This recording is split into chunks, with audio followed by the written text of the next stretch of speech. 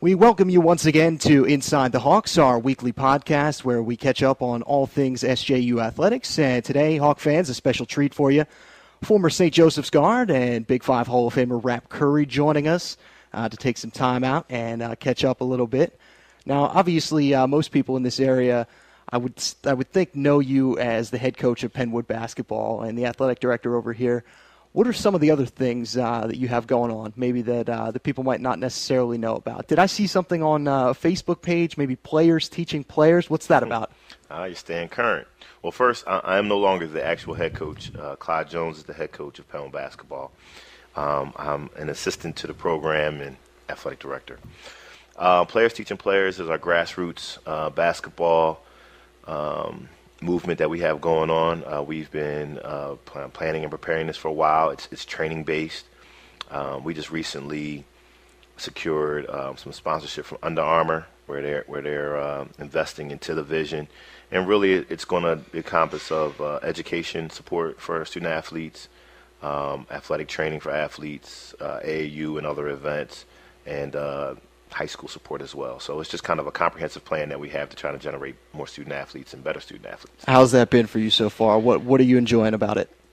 I'm enjoying the transition. A lot of times you go from what you do and doing it every day. Penn Wood's kind of like a petri dish for me, and right. MOTEP charter, where I consulted for the last 8 years as well, have been where I've kind of developed a lot of this vision from. And partner with some of the people that I'm in partner with, but now trying to transform it and make it a little bit bigger to encompass more schools, more players, more things. It's just a transition, but it's very exciting.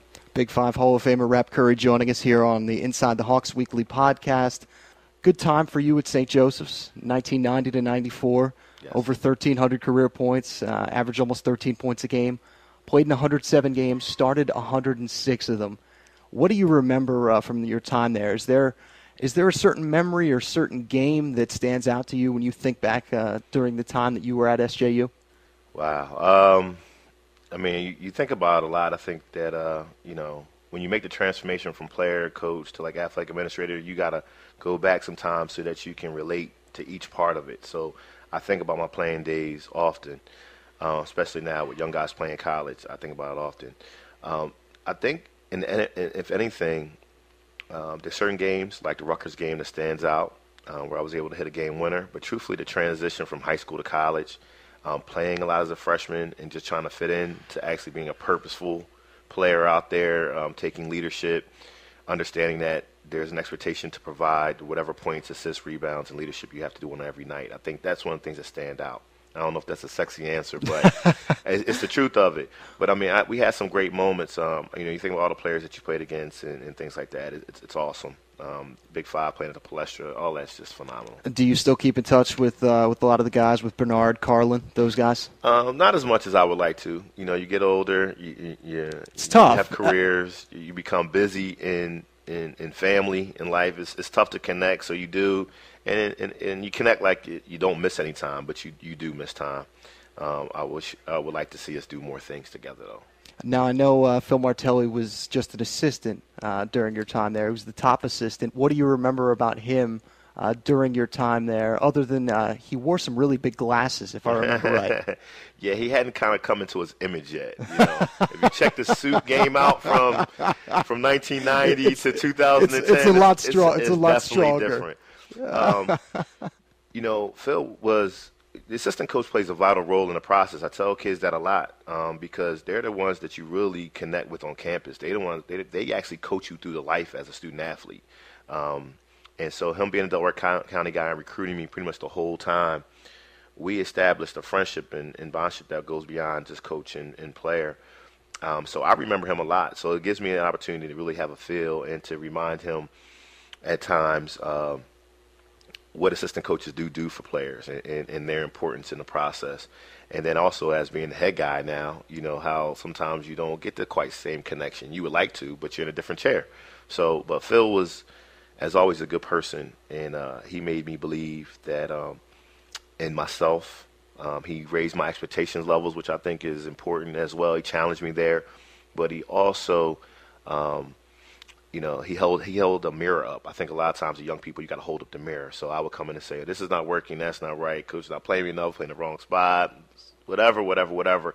And he would hold the mirror up to me, and for that, I'm always grateful.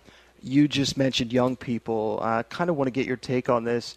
From what I see with today's generation of younger kids, high school age kids, seems like there's a lot of self-centeredness, a lot of me first. Yes. What's your feeling on that, and how do you deal with that as a head coach or an assistant to the program, or even just an athletic director? It's very tough because the kids are just spoiled. The way in which we have, Yeah.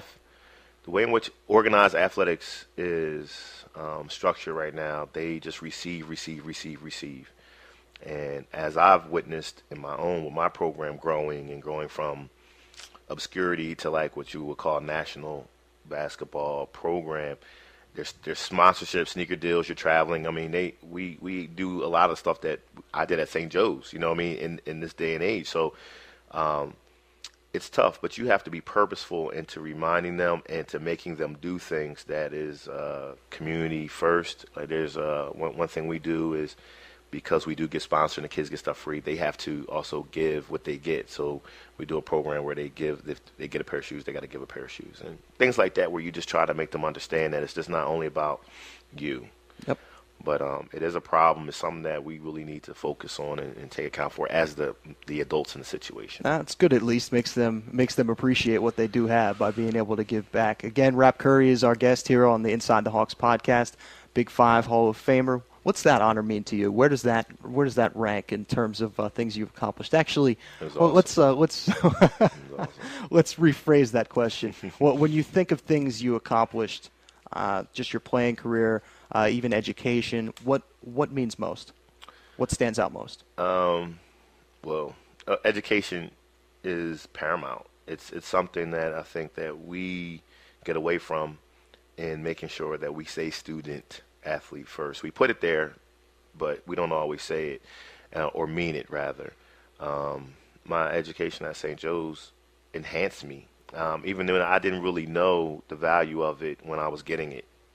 You're so busy, you know what I mean? You're juggling, in essence, a semi-pro basketball career with academics. Yep, it's like a job almost. It is a job. I tell my kids all the time, it's a job. So that you don't always understand the value of it, but truthfully adjusting to the environment and learning how to function in it prepared me for what I'm doing now. Athletically, competing in the Big Five, competing in Philadelphia, coming from here is just phenomenal. I know it's hard for kids in a day and age in which there's so much technology and the Big East is on TV every day, but you just don't know what it's like to be a major player on a major program in this market. And then as far as the Big Five is concerned, it's equivalent to me to the NBA Hall of Fame. I just grew up. I love Big Five basketball.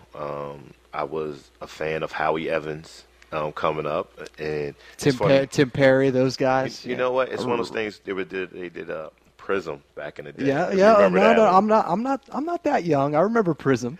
My kids were watching the tape. A couple of kids here were like, "What's Prism?" I'm like, "Oh my goodness!" But they did a special on Big Five guards during my time frame and who you looked up to, and it was like Doug, myself, and a few other guys. We all had guys at different schools, which I thought was great. You know what I mean? And that's what it kind of signifies, that you grow up and you look at it and you're just like, all right, I might have looked at Howie Evans, but I just want to be a part of it. Put me in one of the schools and let's get it down. So it's great. You mentioned that you and Phil talk still quite a bit. What do you see so far from what you've seen from these guys, this young squad this year? I know you haven't had a chance to watch too much. From what you have seen, though, what's your assessment? And from a guy that you did see a lot in C.J. Aiken, what do you think of his potential? Oh, I think C.J. Aiken can be a pro. I just think that he has to find the switch. And for all our fans listening out there, I'm in the business a little bit of athletics. I'm overly critical, so don't take it personal. I think he's special. I really do. But I think that there's a switch between the guys that can be good and the guys that are great. We all know that. And watching him and preparing to play against him, the things he can do. But the difference between a good high school player, a great college player, and a pro is work ethic, desire, focus, purpose. And until you get those things, it's all potential. So his potential is out of the atmosphere. It's unbelievable. So I like him a lot.